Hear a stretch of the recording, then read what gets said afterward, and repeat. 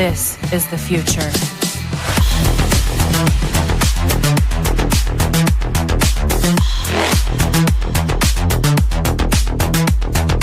Evolution. The Crossing Realms Conference launches September 19th and 20th and will dock in Richmond, Missouri. This is already being called the event of the year, folks. With an unprecedented list of speakers and special guests, 2 days of cryptids, UFOs, and paranormal presentations, along with a celebrity-filled ghost hunt, meet and greet, gallery reading, vendors, and a film screening. This promises to be both educational and fun. Go to Eventbrite.com to secure your tickets and vendor slots before they are all abducted. They're going fast.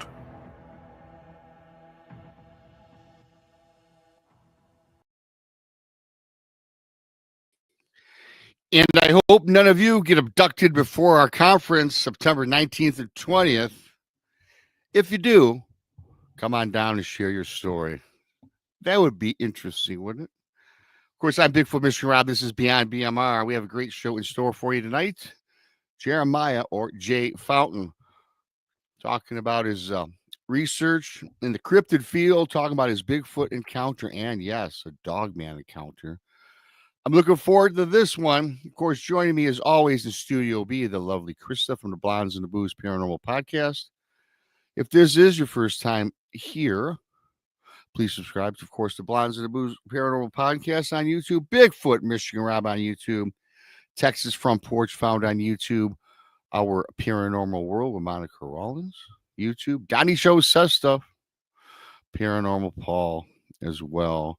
Jeremiah also has a channel out, and I have the links for Jeremiah in the description below. And I'm sure one of the mods will be happy enough to drop that for us. So thank you. Don't forget the super chat's open. A great way to help support what we all do around here. Thank you so much for that. Also, you can become a BMR pirate. Arr. Join today, mateys. Join the many, join the few, depending on your point of view. You get a picture of me with a bandana next to your name in the chat room. Yes, you do. Don't forget my books, both found on Amazon. Bigfoot Michiganrob Presents True Cryptid Encounters, Book 1. Book 2, simply type Bigfoot Michiganrob in your Amazon browser. Leave a review if you bought the book. It does help promote sales. Also, Book 2 is pinned atop in this chat room, as well as the conference is pinned in my profile page. So we're going to get on with this, and I'm first going to bring up the lovely Krista. Hey, what's happening? Hey, how are you? I'm pretty good. It's funny because I had drifted off to sleep. I got up kind of early. I was doing some work. I had to do some running around, so I kind of fell asleep. And then I saw text was on. Well, first what I got was, oh shit, did I miss the show? You know, this show today. So I was all discombobulated. And then I seen text was on. I look at my phone, text from porch. I'm like, wait, is today Monday? Because text normally don't pop on Mondays. And then I finally, got out of my funk. And I looked on the calendar, looked on my phone. No, it's Tuesday. Right. So it kind of had me a little worried. Yeah. Yep. That's funny. We got that text that said anybody want to go live with him at 7. So yeah. Yeah, no, I didn't even. I seen a bunch of texts, and I didn't even get a chance to read them because I was scrambling around and didn't know what day it was, for Lord's sakes. But we're here on Thursday. What's that? I said Brandy and I are headed to Texas on Thursday, so been trying to get stuff prepared. Yeah, for Thursday. Well, you might try to go live if you get a connection, but you got text, and I think Paul. Tex and Paul are gonna, with Harley, and then Friday we're not having a show on Friday. Blondes and Booze is not, only because we'll all be down there and just thought it'd be easier, and we'll try to do some lives on Saturday, and then Sunday we are meeting up with Will Lunsford and in Falk. Oh, that'll be awesome. Good old Will. Definitely do some lives on Sunday from Falk. So yeah, that'll be a lot of fun. Yep, looking forward to it. He's a nice guy, great researcher. He's been on our show several times. Oh, yeah. Of course, going to be at our conference, Krista. He's going to be at our conference. Yeah. I haven't done this in a while. We refresh this really quick, I guess, for our we can do a quick run through on this for those that are. Seems like I've been getting some newer people in, and they might not be familiar. Right. Yeah, but here it is. I'll pull this down so you can read it right quick. Yep. So yeah, we've got the as I said, the Crossing Realms Conference, September 19th and 20th. It's paranormal, UFO, and cryptids. And as you can see, you can read the list of all our great guests and speakers. So do you want me to read the list? I can. Yeah, just go through it really quick. Yeah. Okay. Let's start backwards. We have Martin Groves, Miguel Ramirez from Sasquatch Theory, Sir Brian Bowden, Dan and Frankie from Haunted Souls, Greg Ogles, he's another one that's been on our shows forever, Dr. Dean Bertram, Ron Murphy, and Lady Ann. They're going to be talking the Fae, William Lunsford, Heather Mosier, Small Town Monsters, and then our friend Josh Hurd from Malvern Manor. And thank you, Keith, from 1675. Thank you, Keith. Yes, it'll be great. And of course, all of our group will be down there. I guess as hosts, we're listed as hosts, which is. We're hosts. Yeah. Oh, and then we have a bunch of special guests as well, which. Great people there too. Ken Gerhard, Dana Stricker, Brent Thomas, Ryan Edwards, Mike Familiant, Chris Garitano, Linda Eastburn, David Glidden, and Danielle Stedman, Donnie Joe, and Dale Boswell. So needless to say, that's a pretty impressive lineup for our first one that we're all doing together. Yep. And the ghost hunt sold out. It's funny because the other night, Brandy and I were telling people, like, we started out with six people to speak, and it just threw up all over the place. We started advertising in December, and then we're like getting all these calls, right? Hey, you mind if I could be a speaker? We're like, okay. It started small. Now we've got with featured guests and speakers, we've got like 20 people in all these fields that a lot of them are pretty well known. Some maybe not so much, but they're all good quality people.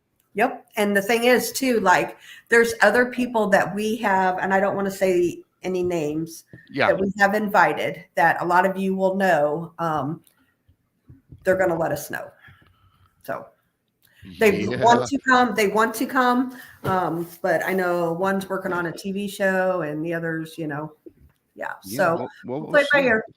We will definitely play it by ear. So I'm looking forward to it already. I don't want to wish the summer away because I do love the summer. It'll be just in time for the start of the Lions NFL football season. So some things to look forward to. That's for sure. We have a lot going on. Yeah, T-Bone, amazing lineup. Yes, it is, T-Bone. It is quite the lineup, and we're pretty happy with it. So, hi, Gemini. So, so with that being said, we had a great guest. I was on with him a couple weeks ago with him and Nick Valente on his show. And I've had Jay on our show. He's been on our show. You did. He's been around. He was on, I think he might have been on my show once before, maybe a couple of years ago. I don't remember. I know for sure the Blondes. I think I might have been sitting in with you on that show. But regardless, we got him here in the current day. And I'm going to bring up Jay. Hey, man, what's happening? Hey, Rob, Krista, how's it going? I'm good. How are you? Good. Rob, good to see you again. Both of you, actually, Yeah, always good to see you. Absolutely. Always. We were all chit-chatting backstage, and you have a lot going on. Like, do you mind telling people what you're going to be doing here shortly and with helping people and stuff? I think it's fantastic. Yeah, absolutely. I think I was telling you, I'm playing Mr. Mom right now. I decided to go back to school for substance abuse counseling. I think that's fantastic. Thank you. There's, the whole country's rampant with this narcotics problem. I'd like to get out there and looking forward actually to getting out there and helping people. Awesome. Yeah. Awesome. I think that's a great thing. As we were talking backstage, it's personal for I think all of us involved. I've had several family members, unfortunately, not with us today just because of that from OD, or in some cases they did. They took their own life, their own hands, and they could have used some of that help back in the day. So I appreciate that you're doing that because it's that's the true hero, right? The people are willing to help others. Right. I help people get through Bigfoot Dogman encounters, but which planes in comparison to the epidemic going on today. So thanks for that, buddy.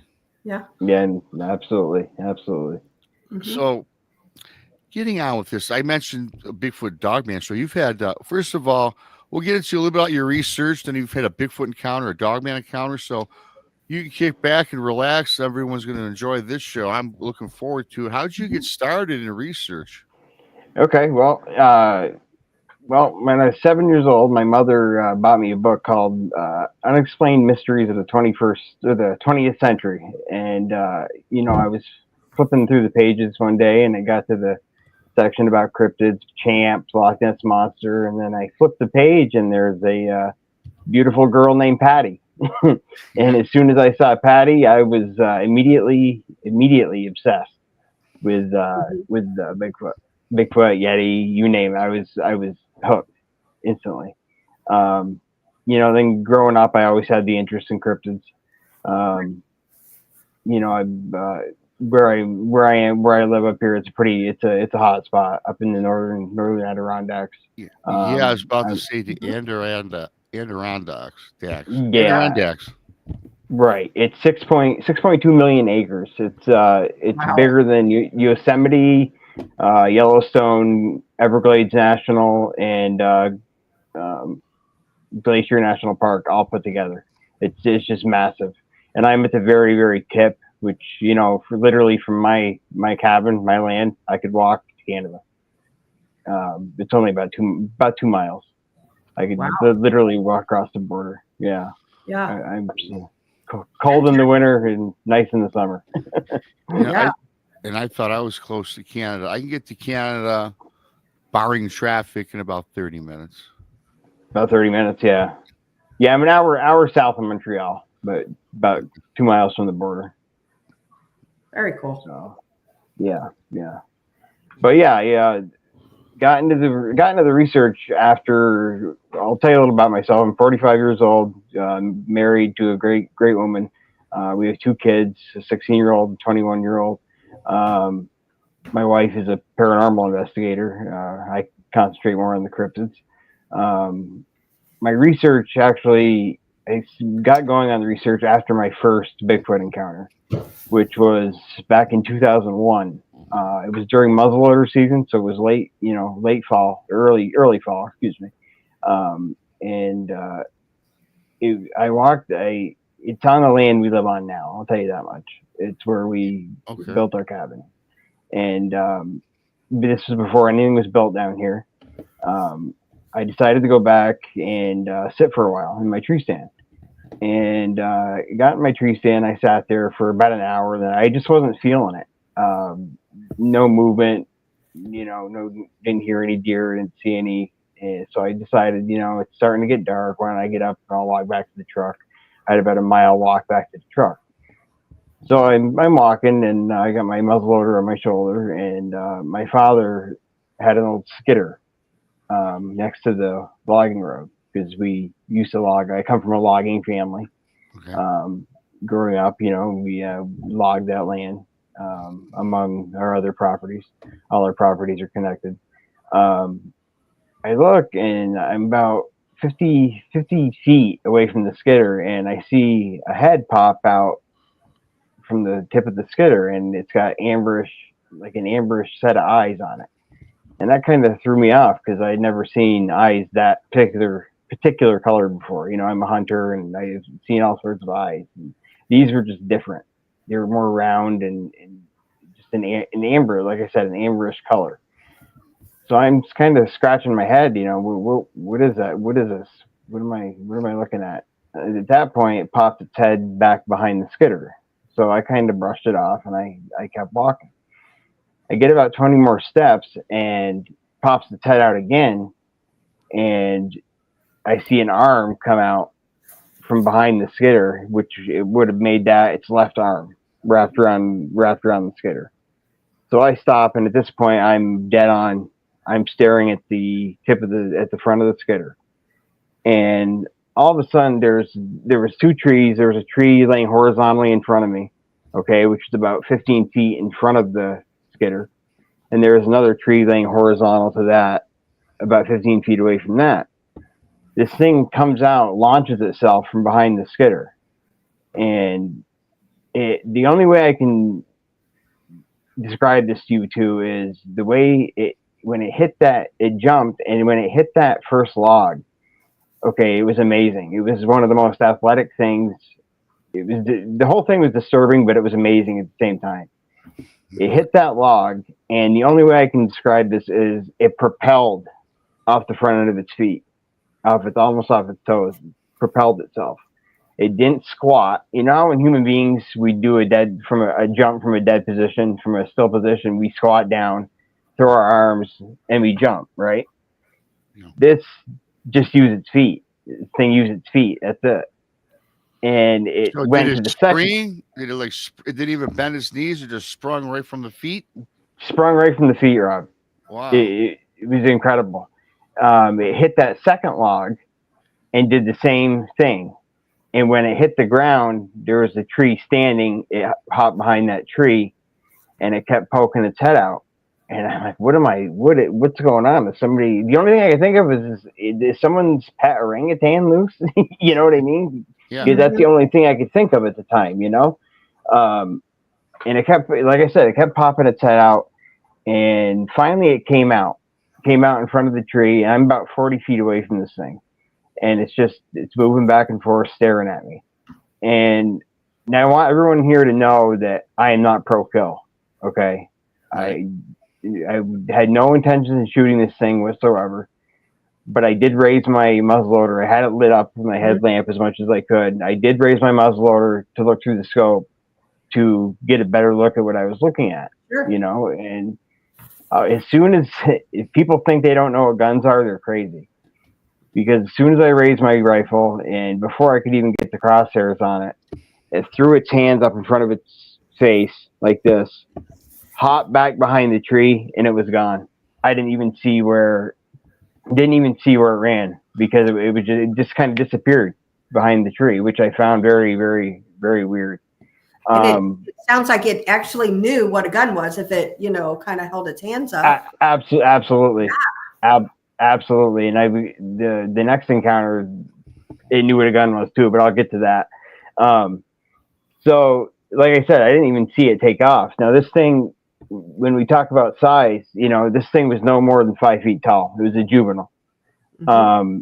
And people always ask me what they weigh, what I think it weighed. And I think people underestimate the weight of these things, because this thing was, like I said, under maybe 4'11", and it had to go 190, 200 pounds.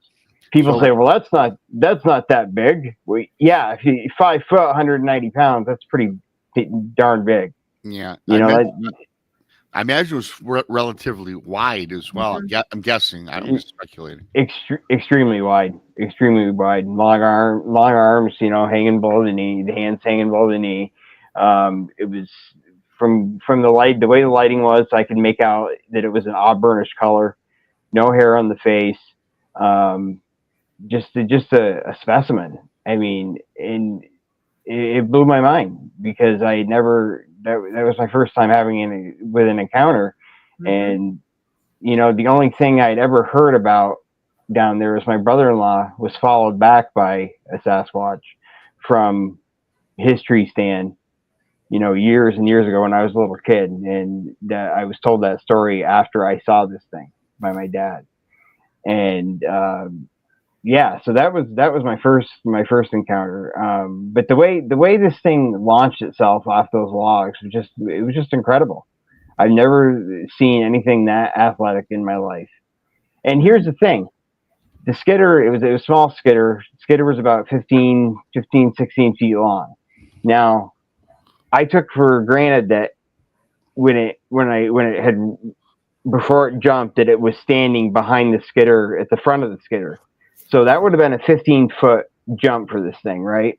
Mm-hmm. Now, what if it had been at the back of the skidder? For all I know, it could have moved to the back while I was trying to get eyeballs on it, which would have made it about a 30-foot leap. Wow. So the skidder, is that a logging trailer? Or yes, it is. Okay. It's for picking, dragging logs back to the truck, and you raise the boom, you stack the logs in the truck. Yep. So that was my first encounter down there, or down here. Excuse me. Wow. That was my first encounter. Yeah, and that's when I got into the research a little bit at that point, but not to the point where after I saw my second one. Now that was a very extremely disturbing encounter. Real quick before you get on that one. Yeah. What color was the one that you saw? You might have said like an auburnish reddish brown. Yeah. Long hair. Reddish, and here's the thing. You hear all these people talking about matted hair, and it is hair, by the way. It's for those out there that think it's fur. They're mistaken. It's hair. But it was an auburnish brown.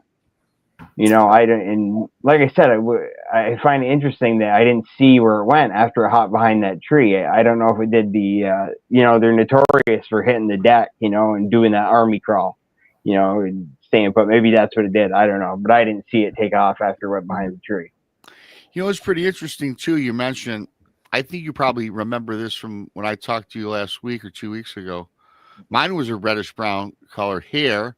It was hair. It wasn't matted. In fact, when I tell my story, the reddish hair was like beautiful. It was beautiful, flowing, almost like a coat. I mean, it was like it had been like groomed almost, right? Mm-hmm. Like it had been groomed. Straight, pretty much. Like some wavy, not pure, but it's had some body to it. It was pretty actually. I'm not lying. Right. T-Bone asked really quick, did you notice any smell? No smell whatsoever. With any of my encounters, no smell. Mm-hmm. Nope. And I have a theory behind that. First of all, if you ever have smelled a bear stink, it could be a glandular thing.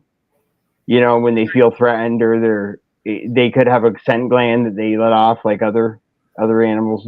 I'm not saying it's an animal at all, but I'm saying, like other creatures do. They have a gland that they can let go at will. Maybe that's what they do. I don't know. It's just a theory of mine. Right. And in 2007, okay, this is when I really got into the research after this encounter. In 2007, it was rifle season, and I had I was same spot. I had my 300 Winchester Magnum on me. Now I wasn't gonna actually sit and hunt that day. My tree stand needed some work, so I went back and fix what needed to be fixed on the tree stand. I said, you know what, it's still light out. Why don't I sit down for a while and see if I can harvest that big 10-pointer that I've seen? So I sat there, and it was dead quiet. Didn't hear a thing. No insects, nothing. No birds, nothing. And something told me that something just wasn't right. And all of a sudden, I hear and feel a deep beller, yell, growl. That's the only way I can describe it is those three things combined. And it just absolutely went right through me. So I said, okay, I think it's time to get out of here. Something was telling me that wasn't natural, first of all, and something's not right. So I get down out of the tree stand, and I'm walking. When you're at the logging road that I had to take back to my truck, okay, about a quarter mile, a little bit more maybe from the tree stand, there is a pond, okay, and just as I'm rounding the corner, there's the pond, and I see what looks like a big tree stump about 4 feet into the water. And I take a couple more steps, and all of a sudden the tree turns and looks right at me. And I'm about 30 feet away from her at the time. It was a female. Big, had large breasts. She was huge, just massive. And I'll go back to what I said earlier. She was about, her ankles were about 5. Her feet were submerged about 5 inches. She also was an auburnish red, more brown than red, but an auburnish look to her. her head, no cone, the head was not cone shaped. It was, and it wasn't round either. It was in between, and there was her hair was like a spiky, had like a spiky look to it. Yeah. Sure. Its mouth, the mouth on that she had on her was so wide, it looked like it could have opened her mouth and bit my head off like a Pez dispenser. Wow. You know, and you know, at the time, I'm thinking, oh my God, look at that mouth. It's going from ear to ear. That's an exaggeration, obviously. But at the time, that's all I'm thinking to myself was, my God, she could open her mouth and bite my head right off. Sure. You know? Hey, you know, it's so, not to interrupt you, but and I don't like talking about it's all right. my stuff, but it was like, this is your second reddish brown. Mine was reddish brown, and the mouth on mine, when it opened his mouth, I always say that you could fit 2 softballs in the mouth. That's how gaping it was. Right. You know? Right. Yeah. And also, you mentioned not a conical head. I never tell people the shape of my creature's head. It wasn't conical either. And Yeah, it wasn't. It was round either. It was kind of exactly like a in between, right? monster type thing. I mean, it wasn't flat. It was like odd. Right. Weird. Yeah, oddly shaped. Yeah. So we're looking at each other, and I had my rifle on my shoulder, okay, and we're just staring. I was frozen, solid in fear. She was massive. She had to have been she was all of 8 feet, and I would say 700 pounds. That's why I always say people underestimate the weight of these things.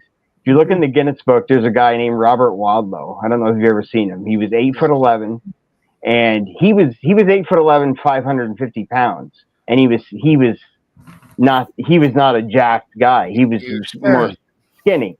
So just picture a squat. Jeremiah, really, Chris, Tex always shows that picture.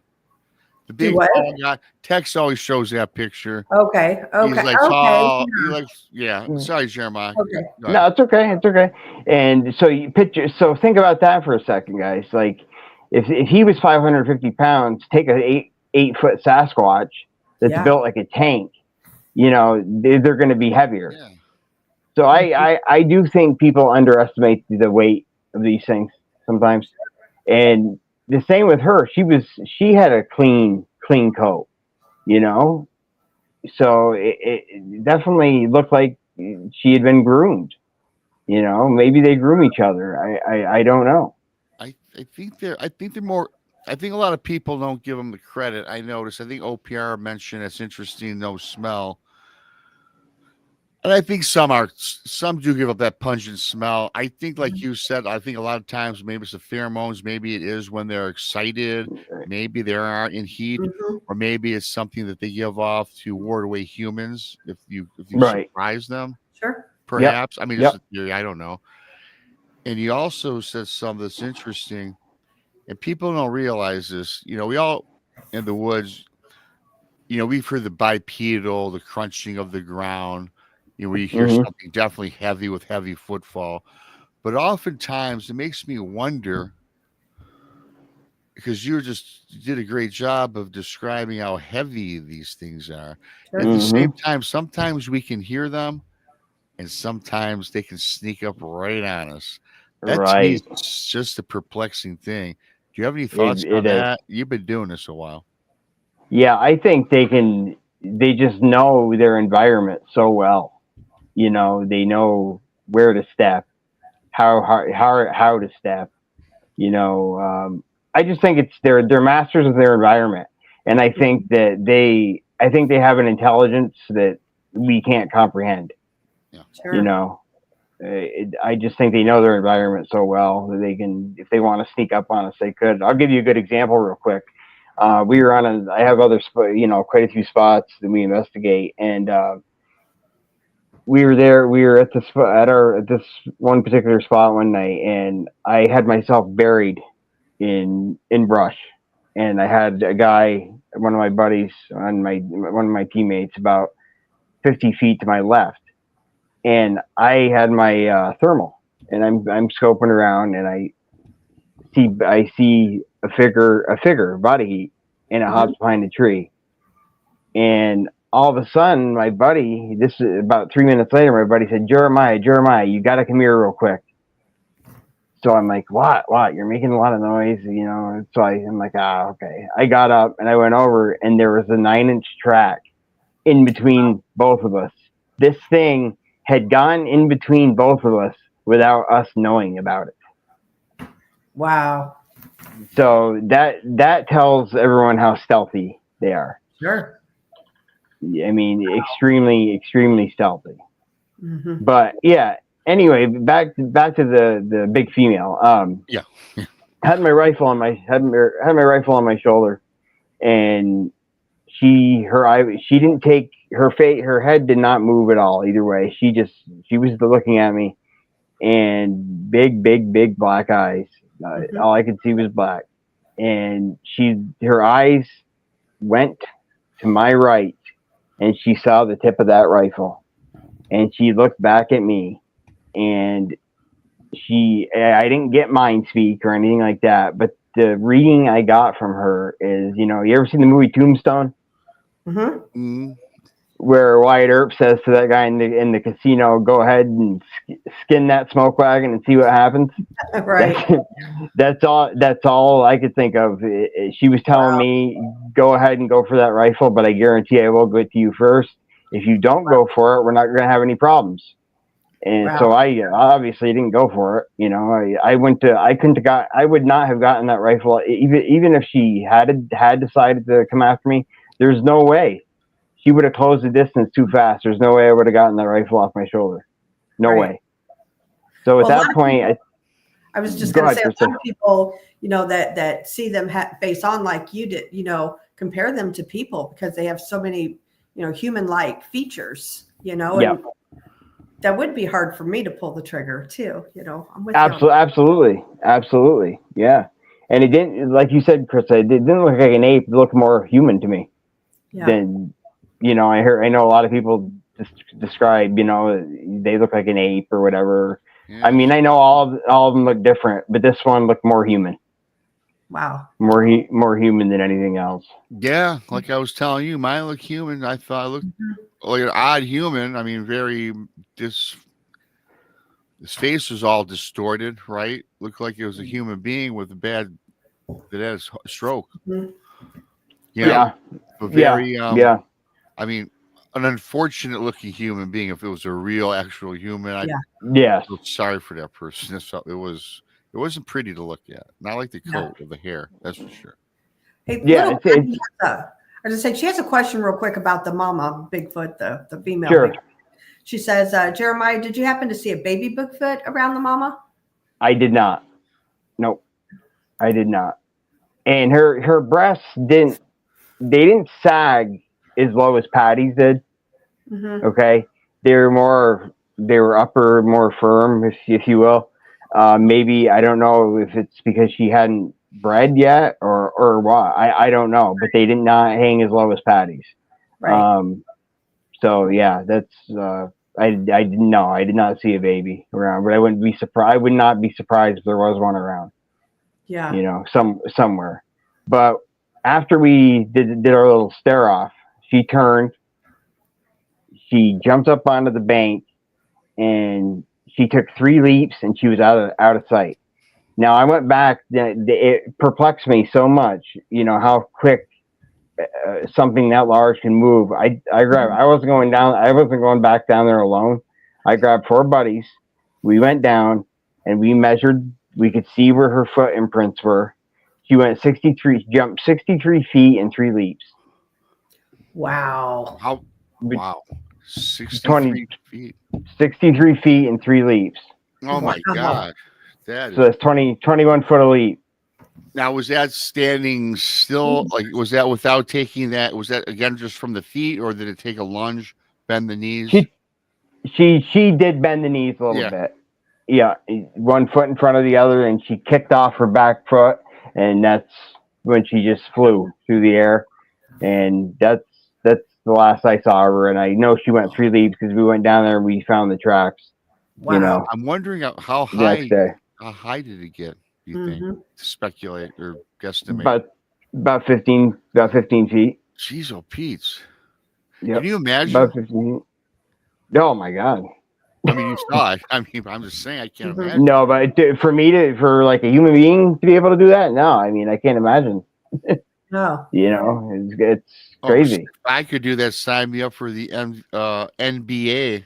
Exactly. I could take off from Exactly. half court and dunk the basketball, you know? Right. Yep. Sign me up for something. You know, if I can jump 15 Yeah, 15 feet into the air. yeah, no doubt. That's amazing. So yeah, so that was the second encounter. Okay, you're gonna like this. This still blows my mind to this day. And I've only met one other individual that has described the same thing, and it was not with a Bigfoot. It was with a Dogman. When she was looking at me, she had like you know how lizards have that nictitating membrane Mhm. in sharks when they bite on sharks bite on that covers Right. their eyes. Yes. Right. She had something like that on her in the lower part of her eye, and she flickered it 5 times at me. Interesting. Oh, wow. And I have no, like I said, I've only heard it from one other individual, and it was with a Dogman. Wow. I can't explain it. Mm-mm. I'm still perplexed about it to this day. I can't explain it, but I saw it clear as a bell.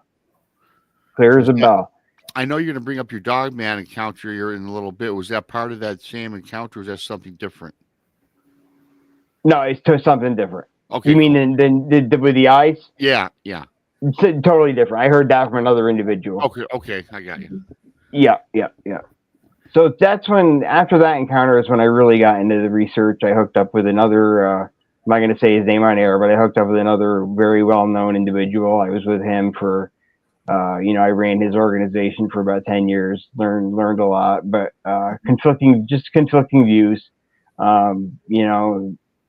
There were people that thought they were some sort of mountain ape or, whatever, and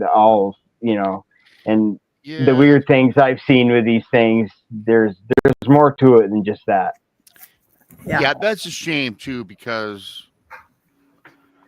hey, listen, you have the Aper camp and you got the paranormal camp, right? I mean, or supernat, whatever you want to call it. I think that they fall in between somewhere. Yes, me too. But just to get into flat out arguments with people, oh yeah, hey Rob, you haven't been doing this I've been doing this for 30 years. You can't tell me that they're nothing more than ape. I really want nothing to do with those people anymore. They're just so me neither. Tiring. Well, I always refer back to Ron Moorhead. Like, he thought they were 100% flesh and blood when the Sierra Sounds, and he sure doesn't think that way today. No, he doesn't. Yeah. I'm glad you said that instead of me, Krista. I know, it's my turn. Yeah, Ron. He would turn me away 30 years ago if I thought if I suspected anything paranormal. See, you did just say it. Yeah, I got to say it a little bit. Now he believes in everything. Right. The multi-dimensional, traversing in different realms. I mean, it is a possibility. The way I see this whole subject now is anything is a possibility with these things. I think their intelligence is something we can't comprehend. I really do. Yeah. I just think we can't comprehend it. We don't understand it yet, if we ever will. Ron even says, and I don't know if I respect the hell out of Ron Moorhead. He knows, he forgot more about Bigfoot than I know. Right. But he even suggested he wouldn't put it past the theory of them being perhaps alien. Now, I thought about that. But alien is what all alien means is something different, right? I mean, it doesn't necessarily something mean different. A gray, But I got one for you here. A buddy of mine that lives about 15 minutes away near a state forest. He has a 80-acre farm, and it's inhabited by 8 Sasquatches, a clan of Sasquatch. He got a picture of one, and he was my father saw him at a funeral, a couple months ago, and he was telling my father about it. He took a picture of one, and behind the Sasquatch is about a 9-foot gray alien. Oh wow! Oh wow! Yep. Wow.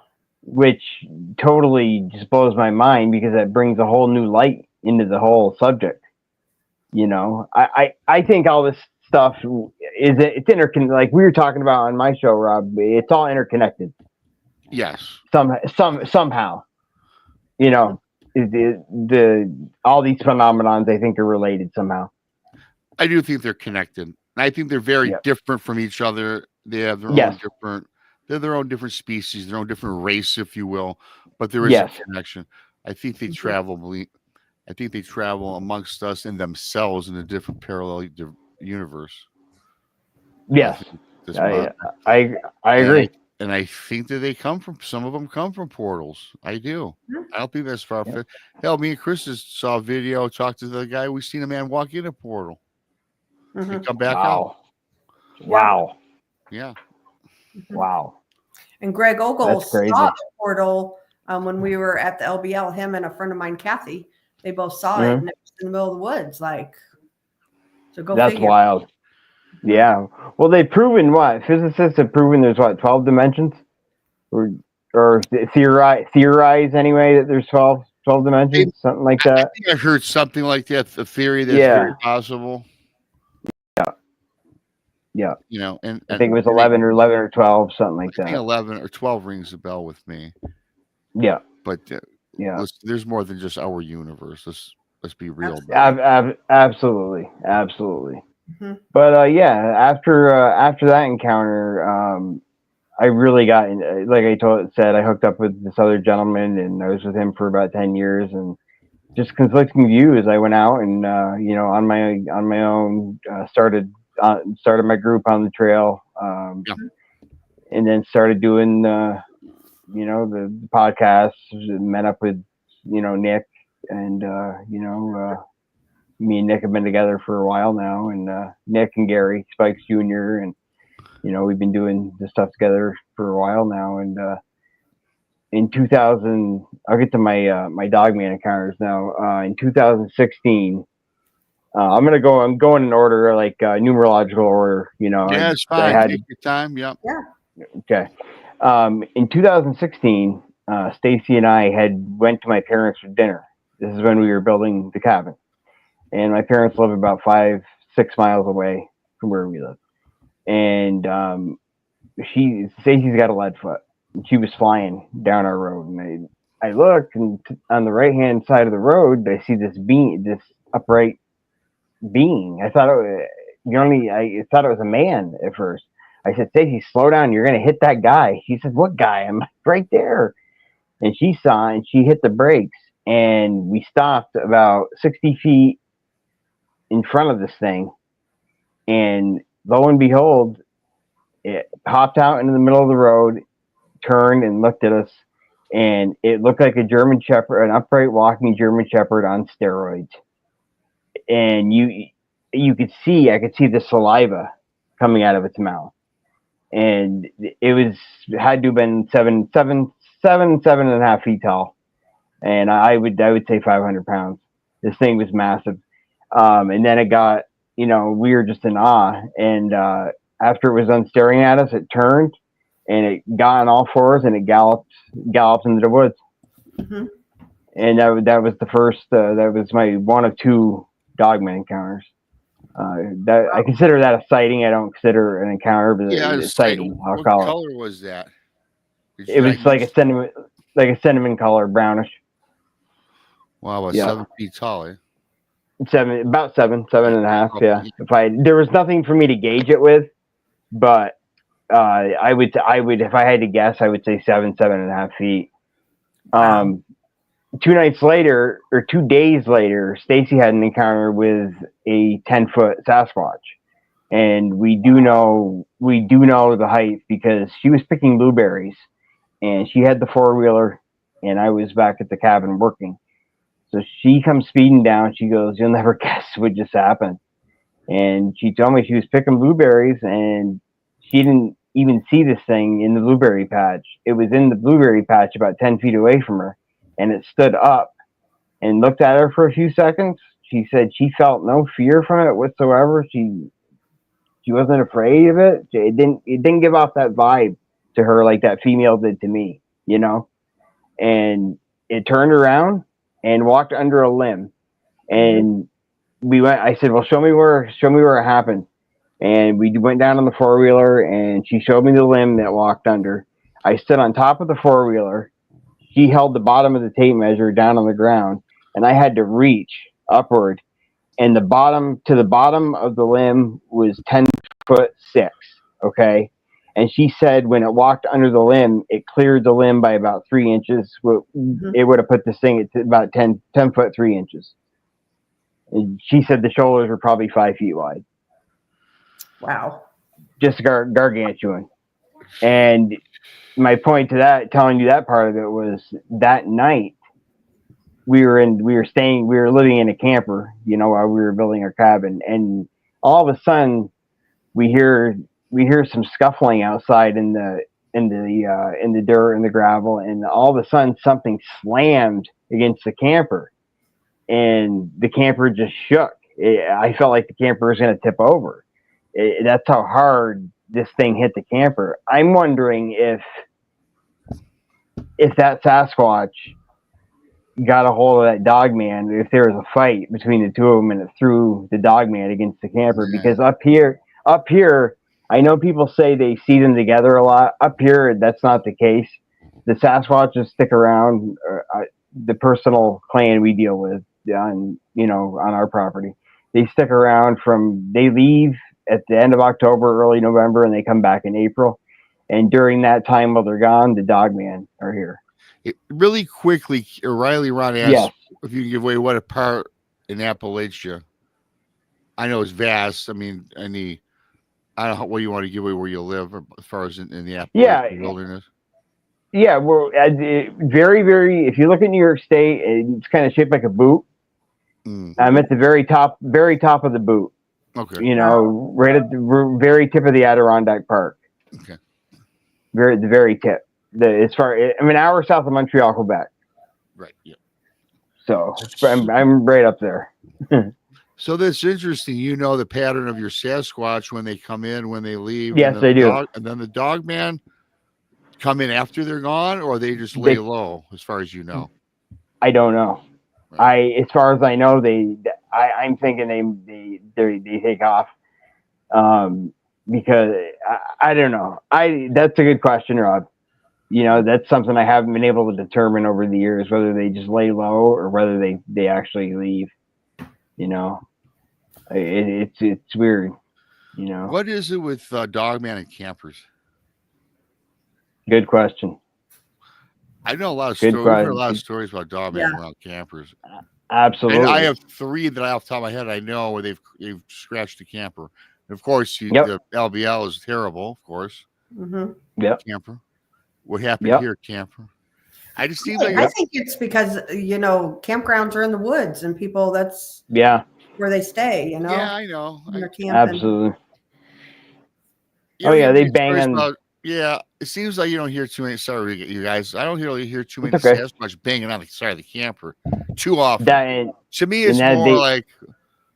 And Chris's great point, of course, campers. Yeah, we all have campers go camping. Mm-hmm. But I think they like to scare us. Just make that metallic sound through nails. And gouging. I mean, I think the Dogman. I think it was put here to scare the hell out of us more than anything else. They are scary. Yeah. They are scary. That was in 2016. That was like I said, my friend. What's weird? Here's the weird part about it.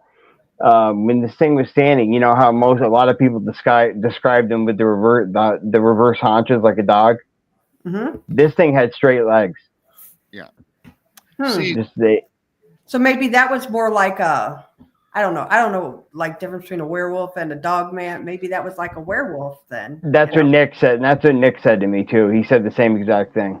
Nick's more educated on the subject than I am, so for sure. I always heard when I first started doing all this, there was a debate about Dogman, werewolf, this, that, and the other, shapeshifter, even, all these things. I was told long ago by a Dogman researcher, and I'm saying Dogman. Right. He always described it to me as a bipedal canine with the hocked or haunched legs. Right. not very big and muscular, but the size of your average German Shepherd with an oversized German Shepherd's head. And maybe it Right. could walk, and maybe it was 5 to 6 foot tall. And Right. also could get down on its all fours like a natural dog and run. Mm-hmm. That was his first description of the actual, just the dog man. Right. And then when you hear about the other dog man / perhaps the werewolf, because we've heard many encounters about a werewolf running with knees bending like a normal human being, standing like a human. You know, the muscular ones. So they have, you know, you hear the stories with nice biceps, triceps. You know, the V body. You know, we've heard stories about the soldier dog man. You know, right. Well, and they all look like the werewolves out of all these movies from Hollywood. Well, this thing was another way I can put it to you for a description. It was built like a pro basketball player, except bigger. Wow. Oh, jeez, yeah. Except much bigger. You know, it was just it was scary. It was thank God we were in the car. See a wolf creature that big, it's gotta be scary as hell. Oh my God, wicked. I mean, seeing a Bigfoot that tall is scary, but now when you see like a wolf, a dog man, a werewolf, whatever you want to call it, to see that, yeah. Chris, I don't know about you. I'd be, I don't know, I wouldn't be running, but I would be shutting my eyes and hiding somewhere after I looked at it. I mean, don't see me, don't find me, don't eat me. Plus, they're fast too, you know. And they're fast, and they got the claws, they're fast. Fangs, yes. Fast. Yeah. Yeah. And then in 2000, I'll talk about, this is my second Dogman encounter. Then I'll get back to the Sasquatch encounters. But in 2021, it was springtime. I was turkey hunting. Okay, and it was early morning, and I got up out of my spot, away from my blind about 7 a.m. And I'm walking up the logging road, and all was quiet, not a bird. Bug, nothing. And I felt like something was watching me to my left hand side. And I have a picture of this. I can send you both after we're done. Yeah.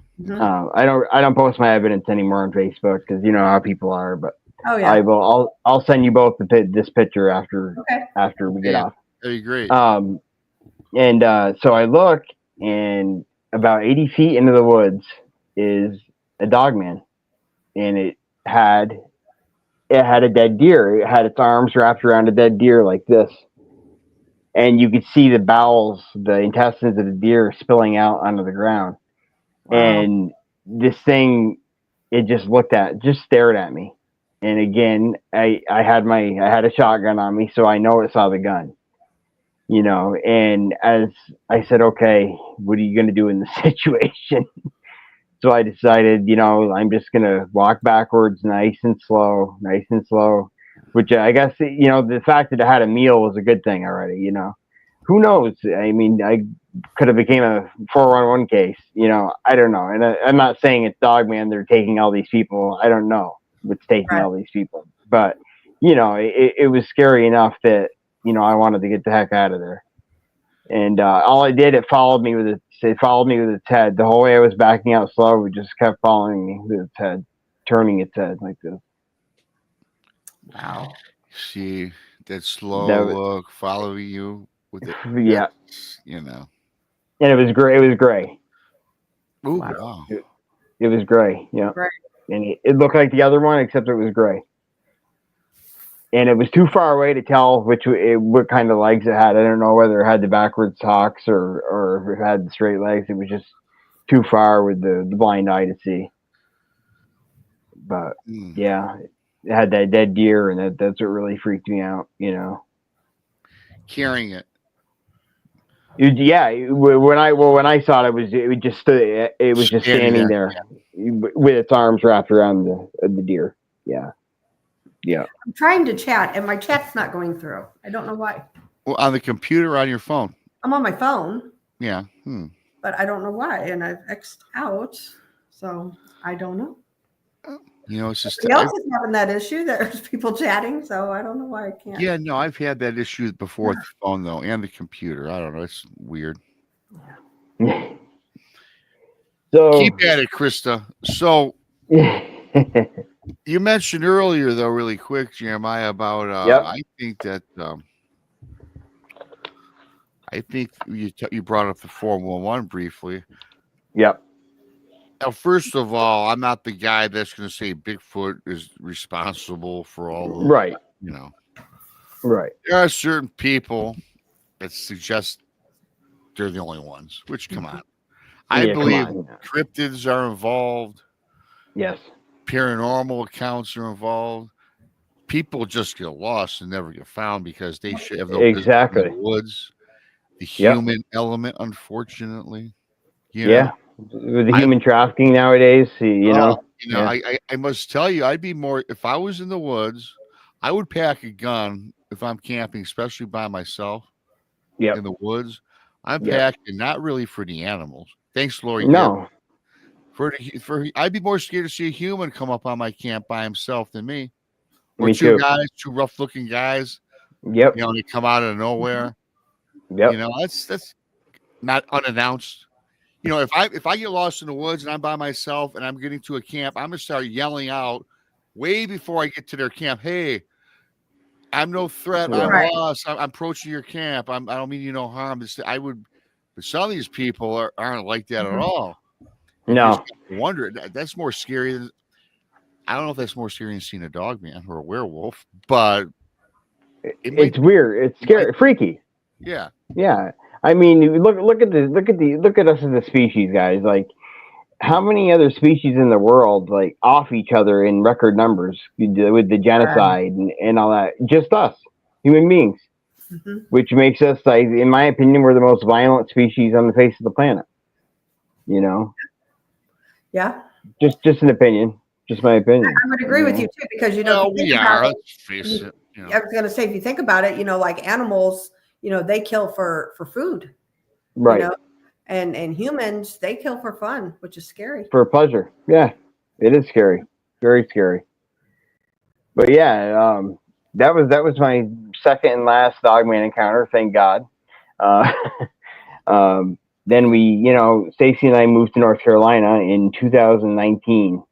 And we found a really, really, really hot spot. And here's the deal, guys. I think once these things see you, and I don't know why it's some of us and not others, there's got to be a reason for it. But I think we get marked.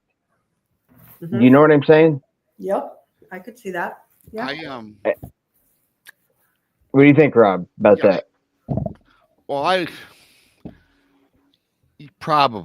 would probably say yes, more so than no.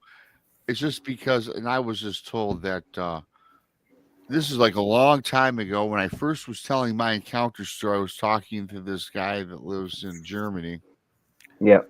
And I had this account, and then I was having like dreams, shortly thereafter. I just brought it up in passing, just talking to this guy, not on the show. I was put in touch with this guy when I was having some issues with the Bigfoot, encounter.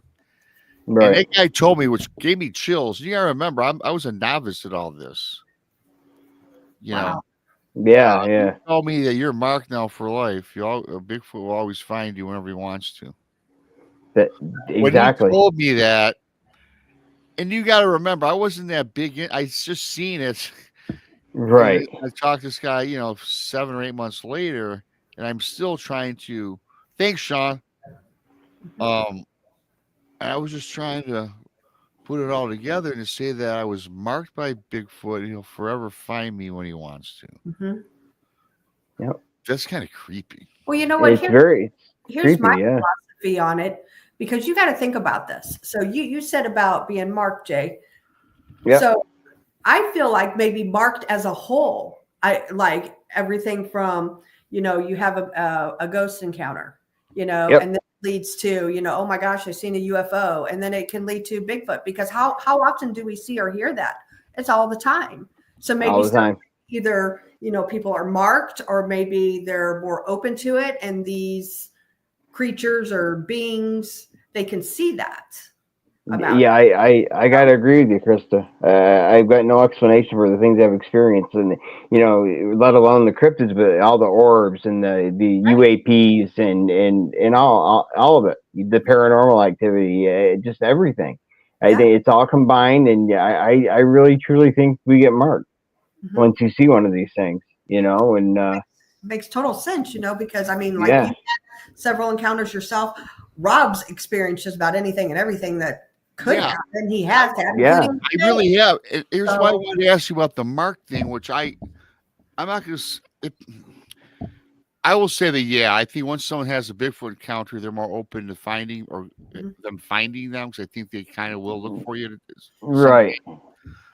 But me, way before Bigfoot, man, I seen ghosts and UFOs when I was 5, 6, 7 years old. Right. I can't tell how many ghosts I've seen as shadow people and dark figure people.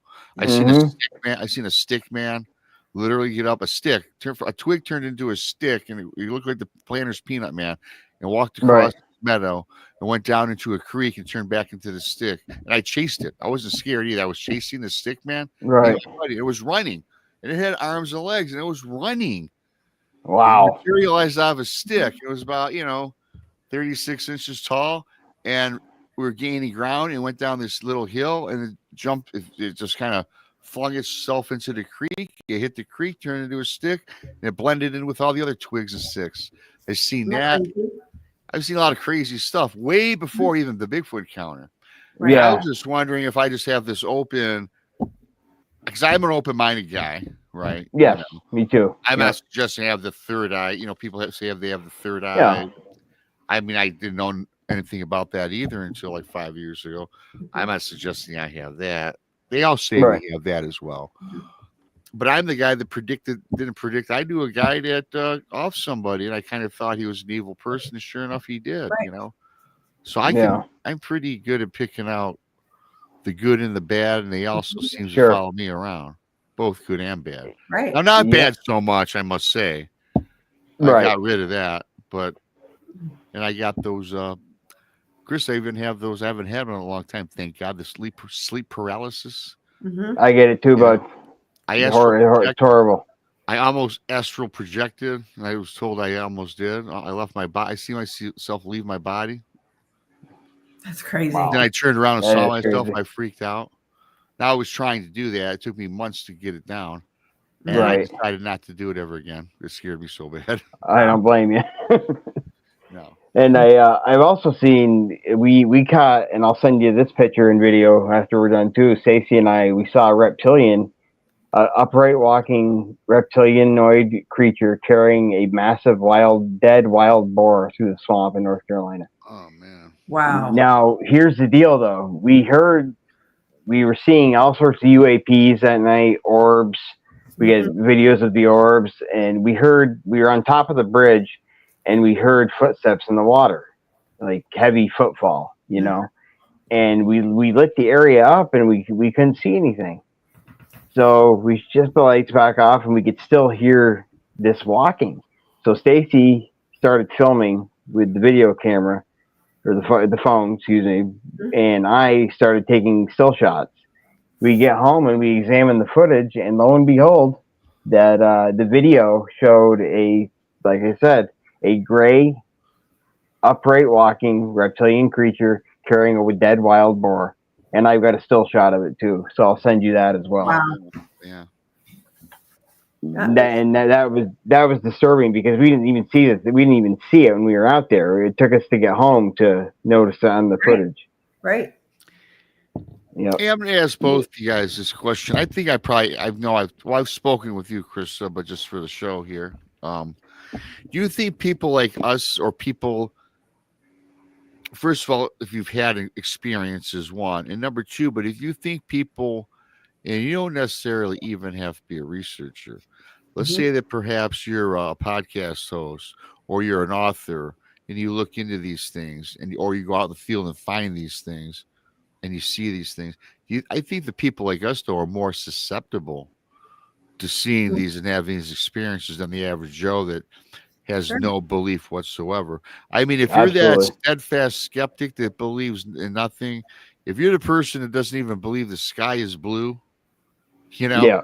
I don't Yeah. think you're going to come across anything. Me neither. You're not letting anything in to your mind. Right. Right. You know, Right. I think, And I think that's a big part of it. Yep. Yeah.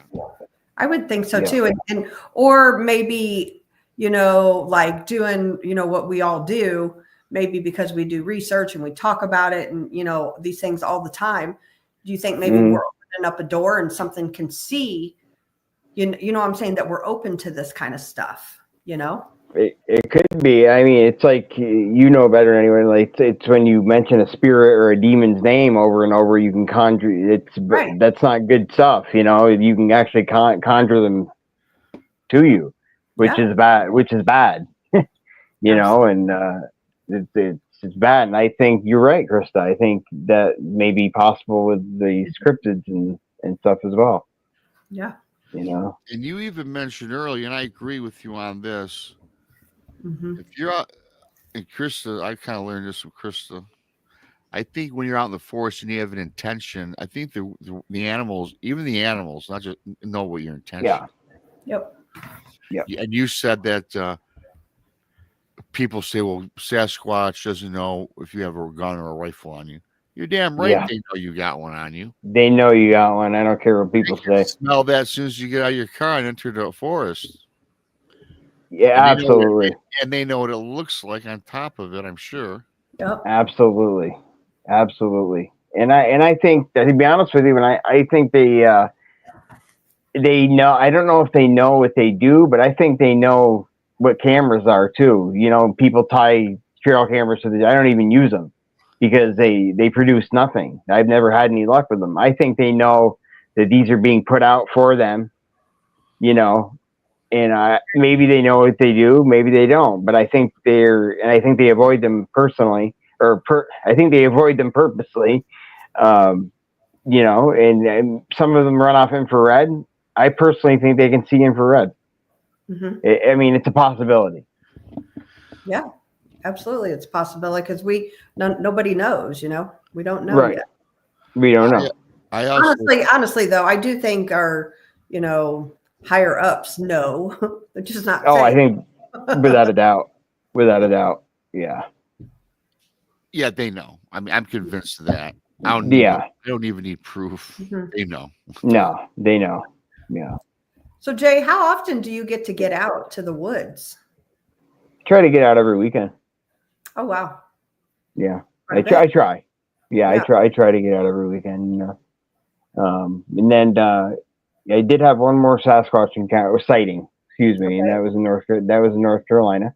It was Stacey and myself and my daughter, and we're just sitting. We're underneath the bridge at this point, okay, and across it was a stream, probably 10 feet wide, but from where we were to where the Sasquatch came out was probably 50 feet.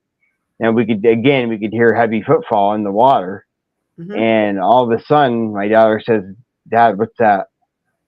And I turned on the spotlight and I lit it right up. And it was a gray Sasquatch. Wow. And I couldn't believe my eyes, a gray one. You don't hear about too many gray ones. And this was almost like a silver, Krista. It was not even so much gray. It was almost like a silver. Not white, but silver.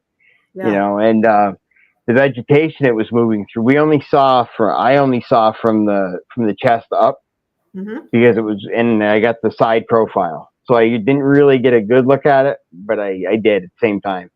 Right. The vegetation it was walking through to the very top of these weeds. I don't know what you would call them down in the south, but they were about 7 feet tall. So this thing was about 8.5, 9 feet.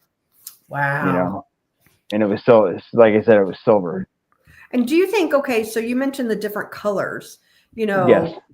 I seen somebody in chat had said, and I kind of believe that too, like dogmen come maybe different breeds or species or whatever. Yes. But do you think that too? Because maybe, or is it something like us, I mean, look at all of us. I've got, blonder hair, you've got darker hair, Yep. What are your beliefs?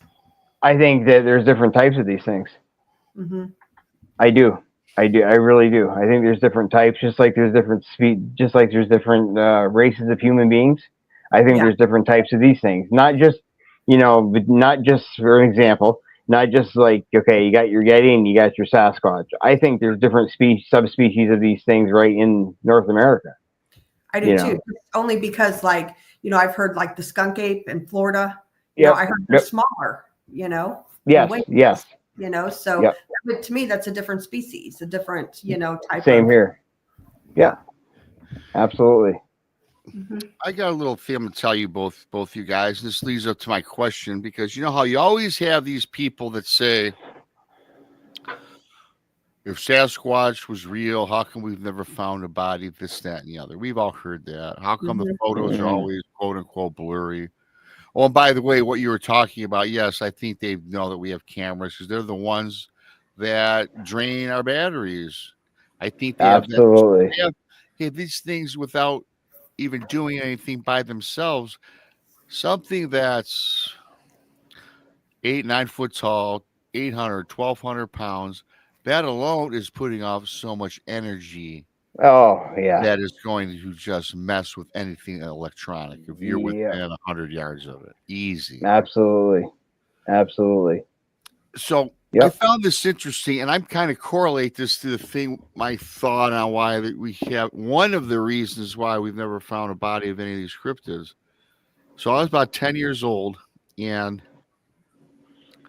my dad bought me an ant farm for Christmas, which I thought was really weird because I got this cool ant farm and the ants were delivered, but they were all delivered in a comatose state. They were like frozen. So we dump all, and you put all the sand in this big cool thing and dumped all the ants in, and they all hit, and they're dead. I mean, as a kid, I'm thinking, Dad, you bought me dead. Right. Then again, it's winter time, right? But this is weird, you guys, because I guess they had a chance to thaw out. So they started, after about a week, they started getting up and walking around, which is a whole other story, Krista, because I believe that what's that serogenics, cryogenics, where you can freeze a living being and store it away for the future, which is kind of weird. That's a whole different show. It's a whole different ball game right there. So these ants are now, they're finally waking up. And I just thought that was so fascinating. Even my dad got a kick out of it because he was wondering that himself. Why do they send dead ants? And my dad was like, you're going to have to catch a bunch of ants, I guess, over the summer and put them in. I'm like, oh, yeah, okay. And I did. And actually, I think he bought me the ant farm because I used to play with ants as a kid all the time. I was fascinated with ants, collect and put them in jars. I put them in jars with spiders and watch them fight. I mean, I was just kind of weird that way. I guess a lot of young boys were like, we are. Yeah. So the ants come to life, and now they start doing their thing. They're making all these intricate tunnels. I mean, these tunnels, you guys, are intricate, like an engineering process. Yeah. But the coolest thing was, like, in the lower section toward the very bottom, deep, and this thing was maybe 16. It was a big one. It was like 16 inches in depth and maybe another 30 inches wide. So very big. I had a big area stored away in a house somewhere. And now they started making these tunnels. At the very bottom, they started building what I appeared to be, it looked like pyramids. So like Egypt. There's like 3 or 4 of them right at the very bottom, at the deepest part of the ant farm. Interesting. And it was very interesting. But what's even more interesting? The ants that were dead, that didn't make it or come back to life, or that maybe died regardless, they took all their ants and they buried them. The dead at the bottom of these pyramids, and they stacked them in the pyramid all the way up inside the pyramid. That's interesting right there. That was cool as hell. Yeah. And so why not Bigfoot? Why not? Why not? You got an ant. These are like the little ants. I mean, the strength of these things. Wow. No, they're incredibly strong. Yeah. They had different sections where they, and then you had ant food, the ant farm food you put in, and they are very sophisticated. They made chambers where they just stored their food. The chambers with their dead. I didn't notice. I don't think there was a queen ant, so I don't think there was any reproduction. I don't think that went on from my recollection. Right. But I just thought if a simple, and let me tell you, I don't mean to say simple when I say ant or any insect. They're more complex than we think. Mm-hmm. Sure. I mean, why wouldn't Bigfoot have these underground tunnels? What maybe Exactly. they burrow in tunnels. Maybe they live in tunnels. Mm-hmm. Maybe that's where they put Yeah. their dead. I'll bet you Yeah. they get rid of their dead as soon as they die. I would almost guarantee it. Yeah. Do you think they bury their dead? I think it's a possibility. Definitely a possibility. Mm-hmm. Definitely. Yeah. I mean, and then, you know, people always, and like you said, Rob, people are always saying, why don't we come across them in the woods? Well, we know a dead one in the woods. We know bears exist, right? Yeah. Right. How often do you come across a dead bear that died of natural causes I never have. in the woods? Me neither. I've hunted all my life and never had that happen. Right. Or a deer. A deer. We have like where I live alone. There's 1 million white-tailed deer. 1 million. Yes. Yeah. Do hunters come across a carcass once in a while, but it's almost or a skull? Yeah, that does happen. Yes. There's millions of them. Yeah, Mhm. that's Right. you're gonna find that more often than not. But even Right. deer, you're gonna say deer, I could tell, right? You don't see many of those either.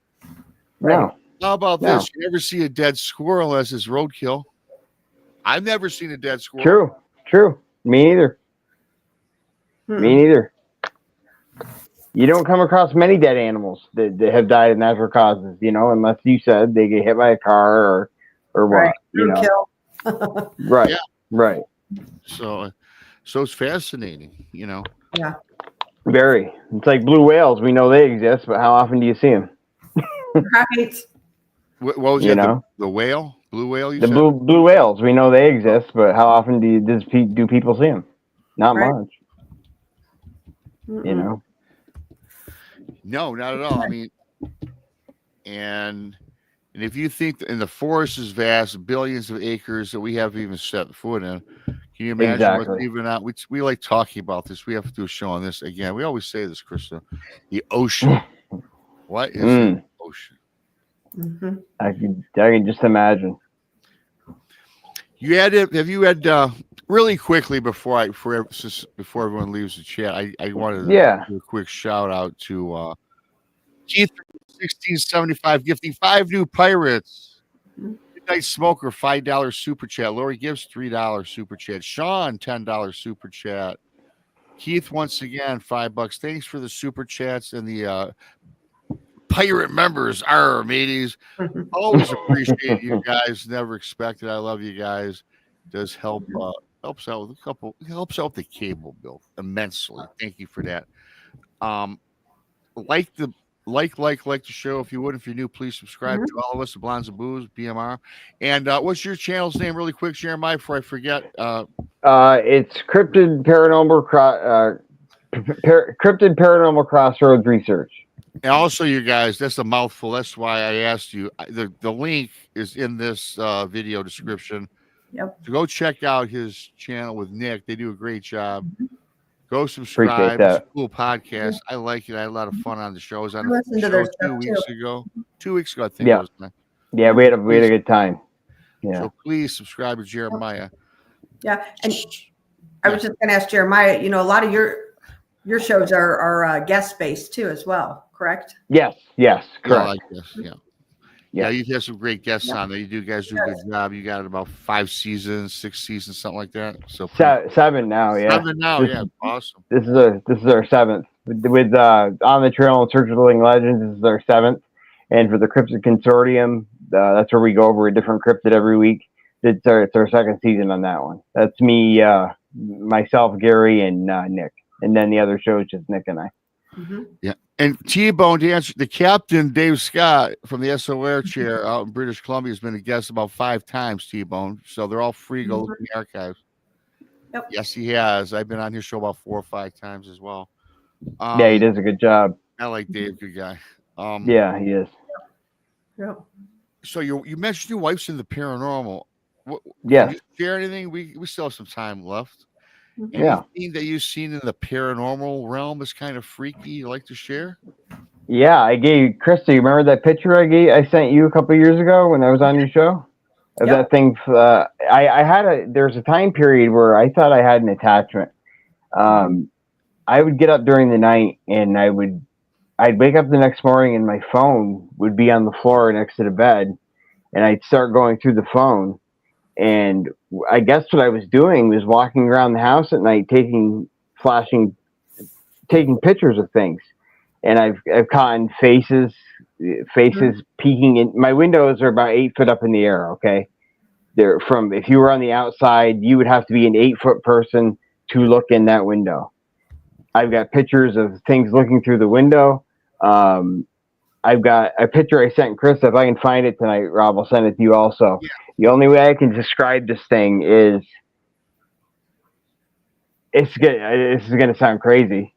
Not to you guys, but for viewers out there, this is going to sound crazy. But it looks like an imp or an elf. It's got little wings and it's carrying a little stick and everything, and it's flying in the air. And I do not remember getting up and taking that picture. It was lost time.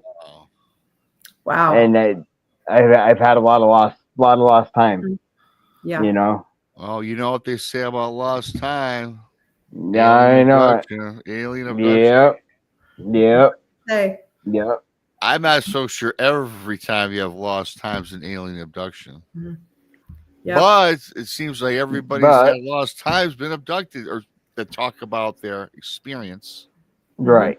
You know, speaking of that, I got a quick story. Something that happened in my house Saturday night. So it was my kid's birthday party.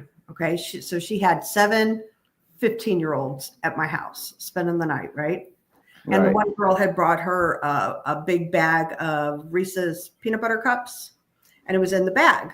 And earlier in the evening, the one girl had asked Ava if she could have one. Ava said yes. So fast forward a few hours, and Ava said it was 1 o'clock in the morning that Ava and her other friend, Kylie, wanted a Reese's peanut butter cup. So they went to get the bag. I kid you not, they were freaking their crap out. The bag was unopened. Oh, wow. Oh, geez. How do you explain that? Wow. Yeah, and so they started making a video. They sent me the video, and they're like, "Look, it's not." They swear the one girl said that she had one. She opened the bag, and then Ava shows in the video where they're trying to open it, and there's no holes. There's nothing in it. So is that in the Matrix, or is that lost time or something? I don't know. That was weird. They were freaking out though. Let me tell you. Oh, I can imagine. Yeah. But yeah, we can lay in bed at night and look out our window, and we'll see forest lights, orbs just floating, come towards us and back up and move side to side. I mean, that's a regular thing for us. You know, pounding on the pounding, bang, bang, bang on the side of the house. You know, that could be, Sasquatch Dogman or paranormal. Paranormal entity of some sort. And again, since your wife's into the paranormal, like we were just talking a little earlier, the more you dive into these things, I think the more apt you are to see them. So I agree. Imagine what you've run across. Hey, do you believe in this though? Do you believe in the theory that if you're out there looking for Sasquatch, we're talking about intent? Let's say, because you do research all the time. You're out every day. You said just about, correct? Every weekend I get out. Every weekend you go out. Yeah. Were you ever tricked out in the woods where you thought maybe you were experiencing something cryptid, but could have been paranormal? You ever bring your wife along with you out in the woods? Oh yeah, she comes with me all the time. Okay. Yeah. So I wonder if her energy conjures up any paranormal, where you think it's something else, where it maybe messes with your mind. You ever come across something that you just couldn't put your finger on? Lots of things over the years. Yeah. Lots of things. I mean, when Stacey's with me, it seems like we get a lot more activity. Bring a woman with you. Yeah, exactly. And all the women I've had on my team over the years, every time they would come, we'd have more and more activity. And I meant that nicely about women. It seems like women, whatever it is, they feel more at ease with women because they tend to see a man, hunter, weapon. Yeah. Not that women don't hunt and carry weapons. Many, Right. most all of them do that I know. But you know, especially those big feats. Yeah. That's true. Right. Yeah. Yep. Yep. Yeah. And just There's a Krista and lot of Brandy's got a- weirdness out there, man. I mean, Krista and Brandy both have their 2 Bigfoot encounters, and they were barely a year into looking for them, right, Krista? And you guys came across them pretty readily. Wow. Mm-hmm. Yeah. Wow. So maybe it's because we were women. I don't know. Yeah, it could be. Like I said, all I know is when Stacey's out with me most of the time, and we get a lot. When I go out, with just the guys, we don't get anywhere near the activity we get when we bring Stacey and the other female teammates. And you know what, though? That kind of actually makes sense, because when we had our Bigfoot encounter, when I had mine with Brandy, it came up behind around my tent where there was women. Yep. Yeah. Yep. There was a bunch That's of not a coincidence. No. And I never did ask you, where were the men's camps set up? Were they quite a distance from you? Were the women all one side? We were all right there all mixed together, right? Yeah. You were in that little cul-de-sac or that meadow, right? Yep. And you all had the circle, like you're on the circle, like a half circle. You guys were all camped out. Yep, we all camped out there. And lo and behold, it come up. And now this could make sense. But you know how I tell everybody I mooned Bigfoot? I really did. I really believe that, because before I went in my tent, I squatted behind my tent. Ooh. Yeah. Yeah. So maybe that makes sense. Yeah. Yeah. Not to be gross, but the scent, right? I mean, right. Literally. Yeah. I was on a case. I did a case, and with these people were doing their fire pit. They were, they'd go out and roast marshmallows or whatever. And the lady was telling me they were too, I'm going to say lazy, because they were too lazy to go back to the house to relieve themselves. They were going to the bathroom in a jar. Okay. And there was Bigfoot around. She felt she was being stalked by one of them. And I said, well, what were you doing with the urine after you did your business? She said, oh, we would toss it into the bushes. So if people tell me that Squatch couldn't smell those pheromones in her urine, they're crazy, because they could definitely, without a doubt, smell it. I think. Yep. That's my opinion. Yep. No, I think so as well. We're getting ready to tie this up. Anything final you want to talk about, or in final? I know we talked about your channel. Everybody, Jeremiah's channel is pinned in this video in the description. In fact, just hit the description and just click on and subscribe to him. Any final thoughts, Jeremiah? It's been a great show, man. I can't believe 90 minutes has gone by so fast already. Really. Yeah, it's kind of flew by. I just looked at the clock. I said, man, I can go another 2 hours with this guy. Absolutely. The only advice I have for people is if you're just getting into this field, don't go out alone. Right. Don't go out alone, and don't forget to look up in the trees. I know everyone says that, and I say it over and over again to people, but definitely do not forget to look up, because these things can climb. Dogmen, Sasquatches, they can climb trees, and they climb them very well. Yeah. Yep. Absolutely. So that's Jones is asking what state Jay's in. He's in New York. Yes. Yep. Northern New York. Yep. The very tip of New York State. And of course, it's Duke from World Bigfoot Radio says, and don't hug the Wookiees. Definitely not. Go check out Duke on World Bigfoot Central. He just did a great show on Puckwoogies. All his shows are great, but that was really something different. And I think you guys will like that. He does a good job with his pictures, photos, videos. So go check him out. If you're new, subscribe to the Blondes and Booze, Bigfoot Michiganrob, Texas Front Porch. Monica Rollins, our Paranormal World. Paranormal Paul. Donnie Cho says so. Of course, you all know Josh over at PRT. Go give him a look. He was just on last week. This was a great show, man. Yeah. And thank you for the super chats. I mentioned you guys a couple of times. I do appreciate that. And today is, of course, Tuesday. Wednesday, I don't know who's on Wednesday. Brandy Wednesday. And then Thursday, you're going to have Harley Owens on, but it might not be you and Brandy. It might be Tex and Paul. Yeah, well, we're gonna try. It just depends on if we get service or if we can make it to our hotel before the show. So they're coming on for backup, but Brandy and I are going to try to be there. But yeah, so if anybody's in the Shirts, Texas area this weekend, come over to Lone Star Paracon because we'll be there. Yeah, they're gonna be gone this weekend. Mm-hmm. I still got to revamp my Saturday night show, but I do have. I'm gonna have this be a good show. You're gonna have good old BMR and Jason McLean. Get to talk about a smart guy. Jason McLean will be joining me for late nights. Yeah, because everybody's leaving you. Everybody's Monica's going to be with us. Monica's gone. You're all going to be in Texas. Yeah. You guys left. You guys didn't. They didn't even invite me, Jeremiah. They sprung this on me last weekend. Can you believe these people? I'm just kidding. I'm looking forward to it. Hit the like button on your way out. Yep. And Jeremiah, on your podcast, who you got? Any notables coming up lately? Up in the next week or two? I actually got Harley coming on in 2 weeks. Double Harley. Okay, well, there we go. He's a good guy, young guy, 20-year-old researcher, and he's got some show. He's got some cool stuff. He has a lot of awesome experiences. He's always a good watch. That guy, very nice kid. He really is. Awesome guy. He's really dedicated. He's doing his best and always asking questions, and he just wants to learn. Yep. And he's open. He's open to all possibilities. So he's a great guy. Awesome. That'd be great.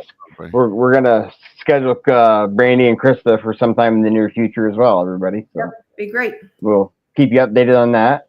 Mm-hmm. So, but yeah, it was an honor to come on, Rob. Thanks for having me, Krista. Oh yeah, man, my pleasure's all mine. It was great job, and I always good to see you, Jay. I enjoyed all your information. Same here. And keep doing what you're doing, man. I mean, every weekend, you're out there, so which is awesome. A lot of people say they are, but you are out every weekend. Mm-hmm. Yes, sir. Which is great. So for Jeremiah and for Krista, I'm BMR. And until next time, we are out. See y'all. Like on the way out.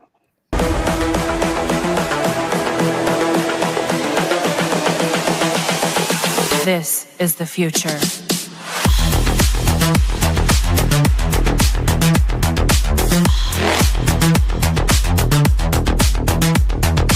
Evolution. The Crossing Realms Conference launches September 19th and 20th and will dock in Richmond, Missouri. This is already being called the event of the year, folks. With an unprecedented list of speakers and special guests, 2 days of cryptids, UFOs, and paranormal presentations, along with a celebrity-filled ghost hunt, meet and greet, gallery reading, vendors, and a film screening. This promises to be both educational and fun.